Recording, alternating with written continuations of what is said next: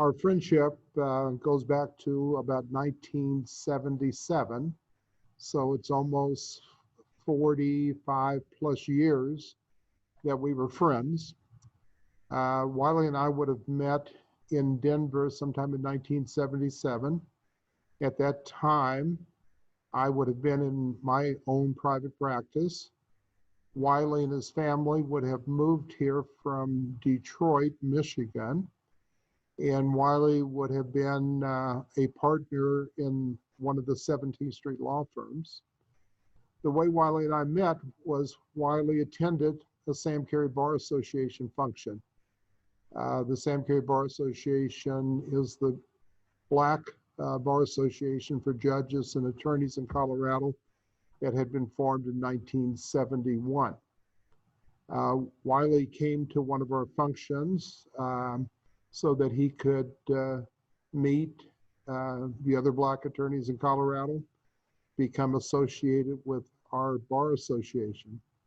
I think Wiley was of course attracted to Sam Carey because he had just come from Detroit, Michigan.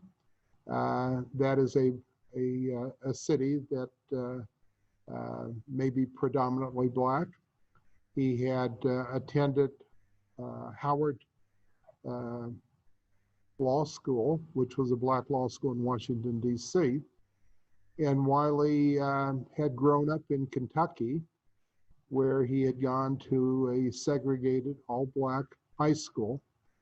And so I know Black institutions were important for Wiley. And so he came to Sam Carey, and we became friends as soon as we met in 1977. Our friendship not only included a friendship between he and I, but it also included a family friendship where he and his wife Ida and their 3 children, we would get together with my wife and 2 children on Sunday afternoons and would have dinner together. And we would do that about once a month. And at that time, our children were, let's say, 12, 13, 8, and 9, somewhere in that age range. And we would have dinner together, and we would watch Eyes on the Prize, which was a series of civil rights documentary that discussed and viewed the civil rights movement in the United States. So we had a close family friendship also. Wiley, in 1986, became the president of the Sam Carey Bar Association. And we worked very hard together in having a national convention here in Denver, where the National Bar Association came to town. And it was about 1,500 Black lawyers that we had in Colorado. And we hosted that convention in 1986. I talk about the convention and I talk about Wiley as the president of Sam Carey. Wiley was a leader. After his presidency at Sam Carey, he became, I believe in 1990, the first African-American or Black president of the Colorado Bar Association. And during that period of time, Wiley was a partner in his law firm on 17th Street. In 1994, when President Bill Clinton was president of the United States, there became an opening on the U.S. District Court of Colorado. Wiley applied and made an application to become a U.S. District Court judge. Wiley and I competed for that position. He and I both applied to be a federal court judge. Wiley ended up being the chosen person and was selected by President Clinton to be our very first African-American district court judge in the District of Colorado. Once again, showing Wiley's leadership talent. Wiley and I did many, many social things together, baseball games, football games. Socially, we became members of the same Black professional fraternity.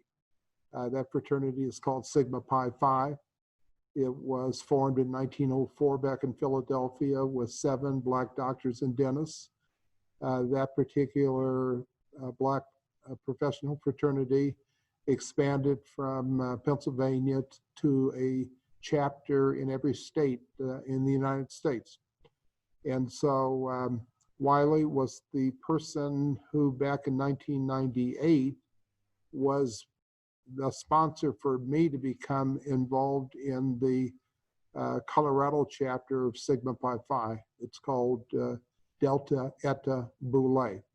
So Wiley was my sponsoring person to get me to be a member of that fraternity. So Wiley and I have been friends, law associates, colleagues, in every different way since 1977. Unfortunately, it was in May of 2019 that Wiley became sick, and I believe he passed away on May 13th, 2019. The night before he passed away, which would have been 2018, he and I were on the phone together talking about legal business, fraternity business. So Wiley, basically up until his dying days, was involved in legal and community activities. Wiley was a champion for diversity. Wiley had hundreds of friends.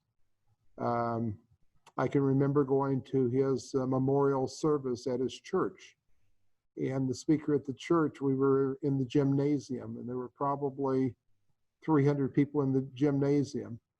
The speaker asked those in the room who had ever played golf with Wiley raise their hand.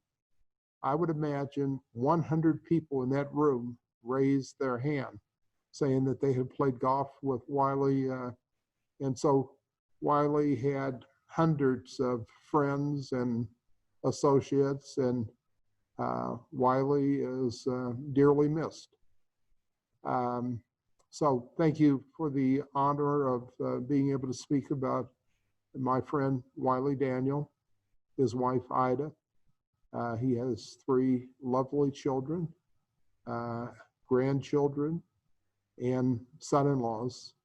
Wiley was what I call a Renaissance man, in that he touched so many different people's lives, in that he had so many different friends and relationships, both in and out of the law. So Elizabeth, thank you very much for the honor of speaking about Wiley.